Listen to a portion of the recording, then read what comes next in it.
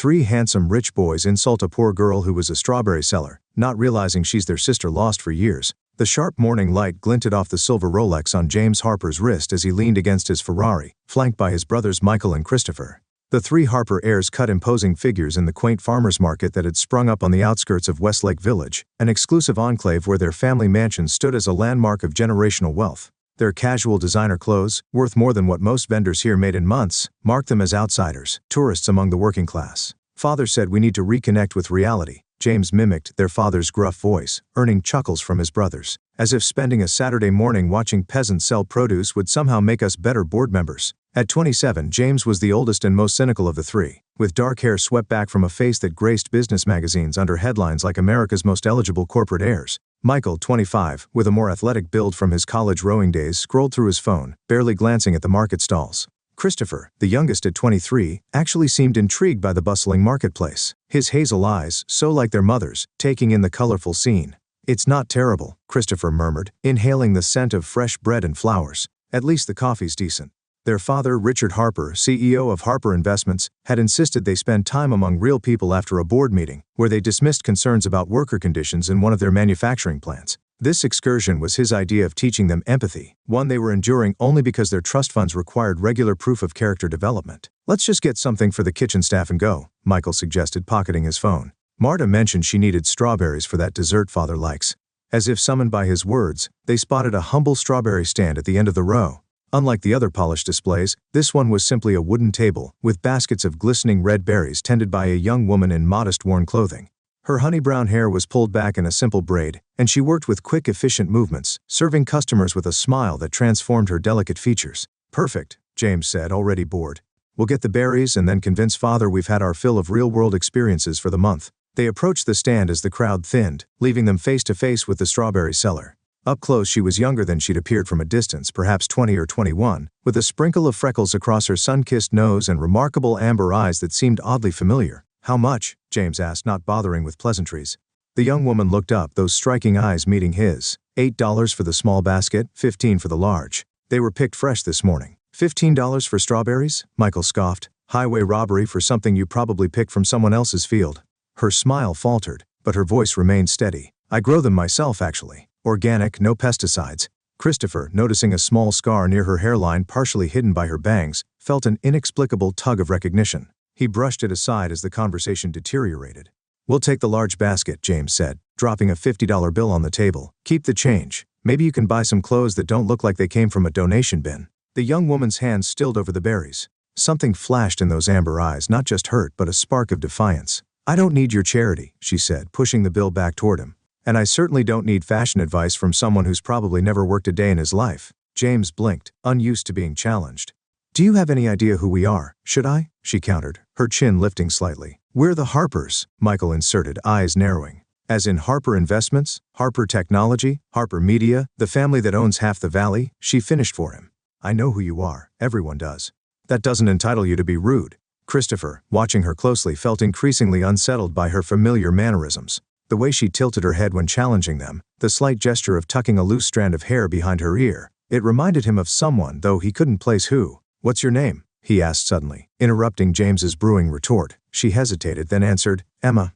"Emma Sullivan." "Sullivan," James repeated with a smirk. "Not exactly a name that opens doors around here." Emma handed him the basket of strawberries with a tight smile. "We can't all be born with silver spoons, Mr. Harper. Some of us have to earn our way."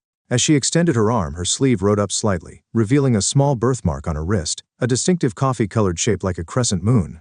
Christopher felt the air leave his lungs, that birthmark. He'd seen it before in family photos on the wrist of. "I think we're done here," James announced, taking the berries. "Enjoy your little stand, Emma Sullivan. Some free advice. Attitude doesn't sell berries." As they turned to leave, Christopher lingered, staring at Emma with growing disbelief. "That birthmark," he said quietly. "You've always had it?" Emma instinctively covered her wrist, surprised. "Yes. Why?" "No reason," he said, but his mind was racing. "Thanks for the strawberries." Walking back to the car, Christopher couldn't shake the feeling that something momentous had just occurred. The birthmark, those amber eyes, the scar on her hairline, they all pointed to something impossible yet increasingly undeniable. Back at their mansion over lunch on the terrace overlooking manicured gardens, Christopher couldn't focus on his brother's conversation. His thoughts kept returning to Emma Sullivan, the strawberry seller with their sister's eyes. 15 years ago, their youngest sibling, 6-year-old Emily Harper, had disappeared during a family vacation in Europe. The worldwide search had yielded nothing but dead ends and heartbreak. Their mother never recovered from the loss, fading away until cancer claimed her 5 years later. Their father became even more driven and cold, burying himself in work while raising his 3 sons to inherit his empire. They never spoke of Emily anymore. The east wing of the mansion, where her room remained untouched, was like a museum to grief that they all avoided. But now Christopher couldn't ignore the striking similarities. The age would be right. The birthmark was identical. And those eyes, their mother's eyes. "I need to check something," he muttered, excusing himself from the table. In his father's study, he unlocked the desk drawer where old family albums were kept. Flipping through pages of happier times, he found what he was seeking, a close-up of Emily on her 6th birthday laughing at the camera, her amber eyes shining and that same crescent birthmark visible on her small wrist. Christopher felt his heart pound. Could it really be possible? Had they just insulted their long-lost sister? And if Emma Sullivan was really Emily Harper, how had she ended up selling strawberries at a farmer's market with no knowledge of her true identity? The revelation hit Christopher like a physical blow. He sat alone in his father's study, the family album open on his lap, comparing the photograph of 6-year-old Emily with the mental image of Emma Sullivan. The similarities were too striking to be coincidental. The distinctive amber eyes, the crescent-shaped birthmark, even the small scar near the hairline that Emily had gotten from falling off her first bicycle. How was it possible? The private investigators their father had hired had scoured the globe for years. The ransom they'd expected never came. Eventually the case went cold, and the Harpers buried their grief along with their hope. Christopher closed the album with trembling hands. He couldn't bring this to his brothers or father without being certain. James would dismiss it outright, and their father, Richard Harper, had hardened himself after losing both his daughter and wife. False hope would destroy what little humanity remained in him. "I need to know more about her," Christopher murmured, pulling out his phone. The next morning, Christopher returned to the farmer's market alone, deliberately dressed down in jeans and a plain button-up shirt. He spotted Emma immediately arranging her strawberry display with care. Today, she wore her honey-brown hair loose around her shoulders, making the resemblance to their mother even more pronounced. He approached casually, stopping to examine the berries. "These look even better than yesterday." Emma glanced up, recognition and wariness crossing her face. "Mr. Harper, back for more insults or just strawberries today?" "Christopher, please," he said, wincing at her tone. "And I wanted to apologize for my brothers. We were raised better than that." She studied him, surprise evident in her expression. "Apology accepted, I guess, though I'm not the only vendor they've treated that way." "I'm not surprised," Christopher admitted. "But I'm trying to be different." Emma's guarded expression softened slightly. "Well, points for effort. Would you like some strawberries, Christopher?" "Yes. And maybe some information." He leaned against her table. "How long have you been selling here?" 3 seasons now," she replied, filling a basket. "I rent a small plot outside town. It's not much, but the berries grow well there." "You mentioned you work alone?" Emma's movements slowed, suspicion returning. "Why all the questions?" "Just making conversation," he said quickly. "My family isn't big on small talk if you couldn't tell." This earned a reluctant smile. "I live with my dad, adoptive dad," she clarified. "Frank Sullivan. He's been sick lately, so I'm handling the stand alone." Christopher's pulse quickened. "Adoptive." Emma nodded, handing him the basket. "He took me in when I was 7. I don't remember much before that accident when I was little." She touched the scar near her hairline unconsciously. "Brain injury, some amnesia.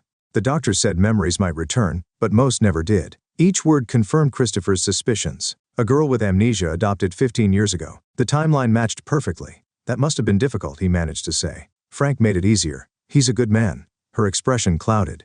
"That's why I need the stand to do well. His medical bills." She trailed off, then squared her shoulders. "Anyway, that'll be $8. Christopher paid, deliberately avoiding leaving an excessive tip this time. "I'd like to hear more about your farming operation sometime. Maybe I could stop by." Emma hesitated. "Why would a Harper heir be interested in my little strawberry patch?" He fumbled for a plausible explanation. "I'm considering investing in small-scale organic farming. Father wants us to diversify our portfolio." "Right," she said skeptically, but wrote her address on a small card. "Saturday afternoon. I'll be harvesting." Christopher thanked her and left, his mind racing with possibilities. He needed more evidence before approaching his family, and he needed to understand Emma's situation better. If she truly was Emily, why hadn't Frank Sullivan come forward all those years ago? Was he involved in her disappearance, or merely a good Samaritan who found an injured child? Back at the Harper estate, Christopher carefully avoided his brother's questions about his morning whereabouts. Instead, he retreated to his private suite and made a call to Thomas Wallace, the family's head of security, who had been with them since before Emily's disappearance. "I need a background check, Tom," discreetly, Christopher explained. "Frank Sullivan lives outside Westlake Village, has a daughter named Emma, probably adopted around 15 years ago. May I ask why?" Thomas's voice carried the caution of someone who had witnessed the family's darkest times. "Just a hunch about something." "I'd rather not say more until I'm sure," Thomas agreed, his tone suggesting he understood more than Christopher was saying. "I'll have preliminary information by tomorrow." True to his word, Thomas arrived at Christopher's door the next evening with a slim file. His weathered face betrayed nothing as he handed it over. "Interesting reading, Mr. Christopher. Call me when you've gone through it." Christopher waited until he was alone before opening the file. Frank Sullivan, 62, had indeed adopted Emma 15 years ago. Before that, he'd been a respected doctor specializing in pediatric trauma. The adoption records showed Emma had been admitted to his hospital, a small facility in Northern California, hundreds of miles from where Emily had disappeared in San Francisco, as a Jane Doe with severe head trauma and no identification. According to the medical report, the child had been found wandering near a highway disoriented and injured. No one had reported her missing in that jurisdiction. After 6 months with no leads on her identity, and with Emma forming a bond with the doctor who treated her, Frank Sullivan had applied for adoption. The paperwork appeared legitimate, but something felt off. Why hadn't the hospital connected the injured child to the high-profile Harper kidnapping case? Emily's face had been on national news for months. Christopher flipped through the remaining pages, then froze. A photocopy of Emma's original hospital intake form included a note about personal effects. Child found wearing distinctive silver bracelet W, engraved initials EH, and small charm in shape of strawberry. His hands began to shake. That bracelet had been a gift from their mother on Emily's 5th birthday, a playful reference to the child's obsession with strawberries, which she would eat by the bowlful when in season. It was one of the identifying items listed in all the missing person reports. Christopher closed the file, his suspicions now solidified into near certainty. Emma Sullivan was Emily Harper, his sister, and somehow, she had ended up in the care of Dr. Frank Sullivan after her disappearance. Whether Sullivan had been involved in the kidnapping or had genuinely found an injured child remained unclear, but Christopher now had enough evidence to approach his family. But first he needed to see the strawberry charm bracelet. If Emma still had it, it would be irrefutable proof. Saturday couldn't come fast enough. Christopher found himself unable to concentrate during business meetings, earning concerned glances from James and irritated texts from their father. By the time he drove his modest Audi, chosen over the usual Ferrari to avoid drawing attention toward Emma's address, his nerves were stretched to breaking point. The small farm sat on a gentle slope with neat rows of strawberry plants stretching across an acre of land. A modest farmhouse stood at the edge of the property, its white paint peeling in places. It was worlds away from the Harper mansion. Yet as Christopher parked and caught sight of Emma kneeling among the plants, he felt an unexpected sense of rightness, as if a missing puzzle piece had finally been found. What he couldn't predict was how this revelation would shatter both their worlds, or how the truth about Emily Harper's disappearance would test the bonds of their fractured family. The warm afternoon sun beat down on Christopher as he made his way through the neat rows of strawberry plants. Emma glanced up from her harvesting, shielding her eyes with a gloved hand. She wore denim overalls over a simple t-shirt, her hair tied back in a practical ponytail. Yet the family resemblance seemed even more striking in this setting. "You actually came," she called, surprise evident in her voice. "I half expected you were joking about the farm investment." Christopher smiled, navigating between the rows. "I'm serious about things that matter more than she could possibly know." Emma gestured to a basket beside her. "Well, if you want to learn about strawberry farming, you can start by getting your hands dirty. These won't pick themselves." For the next hour, Christopher worked alongside her, listening as she explained the intricacies of organic farming, the challenges of pest control without chemicals, the importance of proper irrigation, the careful selection of plant varieties. Her knowledge was impressive and her passion obvious. Occasionally their hands would brush as they reached for the same plant, and Christopher would feel a jolt of recognition. This was his sister, his family's missing piece. "You're not bad at this," Emma admitted, as they carried full baskets toward a small shed. "For someone who probably has people to peel his grapes," Christopher laughed. "We're not quite that bad. Though I will admit this is my first time harvesting anything. So why the sudden interest in farming?" Emma set her baskets down on a wooden table. The truth this time. Christopher hesitated. He'd rehearsed this moment countless times, but now facing her directly, words failed him. How did one tell a stranger that they might be long-lost siblings? "I'm interested in you," he said finally, then flushed at her raised eyebrow. "Not romantically. I think we might have met before a long time ago." Emma's expression turned guarded. "I don't think so. I would remember meeting a Harper." "Not necessarily," Christopher ventured carefully. "You mentioned memory issues from your accident." Her hands stilled over the strawberries. "How much did I tell you about that?" "Not much," he admitted, "but enough to make me curious." He took a deep breath. "Emma, do you have any memories from before you were 7? Anything at all?" She frowned, question clearly making her uncomfortable. "Flashes sometimes. Nothing solid." "The doctor said that's normal with traumatic brain injuries." Her eyes narrowed. "Why are you asking me this?" Before Christopher could respond, a voice called from the farmhouse. "Emma, are those berries ready for market tomorrow?" They both turned to see an older man standing on the porch, thin and stooped, but with kind eyes that crinkled at the corners. "Frank Sullivan." "Almost done, Dad," Emma called back. To Christopher she whispered, "He has good days and bad days. Today's good, thankfully." Frank made his way slowly down the porch steps. "You've brought a friend," he observed, extending a hand to Christopher. "Frank Sullivan." "Christopher Harper," he replied, studying the man closely. Recognition flickered in Frank's eyes, followed by something Christopher couldn't quite identify. Worry. Fear. It was gone in an instant, replaced by a genial smile. Harper, you say? One of the Westlake Harpers? That's right, Christopher confirmed. I've been learning about strawberry farming from your daughter. Frank's gaze shifted between them. That's wonderful. Emma's quite the expert. He turned to her. Honey, would you mind getting us some of that lemonade? Our guest must be thirsty after working in this heat. When Emma disappeared into the house, Frank's friendly demeanor evaporated. What are you doing here, Mr. Harper? He asked, his voice low and tense.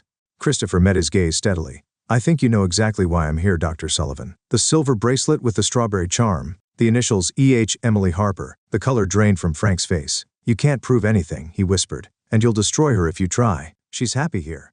Did you take her? Christopher demanded, struggling to keep his voice down. 15 years ago in San Francisco? Frank's eyes widened in genuine shock. Take her? God, no. Is that what you think? He glanced anxiously toward the house. I found her injured and alone. By the time I realized who she might be, months had passed. She had bonded with me, was recovering well. The police had given up the search. So, you decided to keep her. Christopher's anger rose. Do you have any idea what her disappearance did to our family? Our mother died of grief. I am truly sorry for your loss, Frank said, his voice cracking. But by then, Emily, had already suffered one traumatic separation. The psychologist advised against another upheaval. He leaned closer. She had night terrors for years, Christopher. Would scream if anyone mentioned strawberries, though she couldn't explain why. Whatever happened before I found her left deep scars. Christopher faltered, unprepared for this perspective, but she loves strawberries now. The farm, years of gentle therapy, Frank explained, reclaiming the trauma. It was her idea to start the farm when she turned 18. He sighed heavily. I've lived with this decision every day, wondering if I did the right thing, but I loved her as my own. Still do. Before Christopher could respond, the screen door slammed and Emma emerged carrying a tray with lemonade. You two look serious, she remarked, setting the tray down. Dad, you're not boring Christopher with medical stories, are you? Just getting acquainted, Frank said, his easy manner returning, though his eyes remained troubled. Emma poured the drinks, then reached for a small box on a shelf. Since you've worked so hard, you deserve to see something special, she told Christopher with a smile. My good luck charm. I always keep it in the shed when I'm working. She opened the box, revealing a tarnished silver bracelet with a strawberry charm. Christopher's breath caught in his throat. There it was, the final proof. It's beautiful, he managed to say. Where did you get it? I've always had it, apparently. Dad says I was wearing it when she trailed off, glancing at Frank with a slight frown. Actually, I'm not sure I've ever heard exactly where it came from. Frank's hand trembled slightly as he lifted his lemonade. It was with your things at the hospital, remember? Emma's frown deepened. Was it? I thought she shook her head. Never mind. It must be the heat affecting my memory. A tense silence fell, broken only when Emma's phone chimed. She checked it and sighed. Mrs. Delaney needs her weekly delivery now instead of tomorrow. I should go. She looked at Christopher. Would you mind helping Dad with the rest of the sorting? I won't be long. After Emma left in her old pickup truck, Christopher and Frank faced each other across the weathered table. She's starting to remember, isn't she? Christopher asked quietly. Frank nodded, his expression pained. Little things, fragments. The doctors always said it might happen eventually. He looked at Christopher imploringly. What are you going to do now? Christopher stared at the bracelet Emma had left behind. I haven't decided yet, but my family deserves to know she's alive. And what about what Emma deserves? Frank challenged. To have her world turned upside down. To learn that her real family is one she's never known, one whose members, I might add, recently humiliated her in public. Christopher winced, remembering the farmer's market encounter. That wasn't our finest moment? No, it wasn't, Frank agreed grimly. Before you make any decisions, consider this. Emma has built a life here. She may not have wealth, but she has purpose and identity. Are you really prepared to shatter that? As the implications of his discovery continued to unfold, Christopher realized the truth was far more complicated than he had imagined. Finding Emily had been the easy part.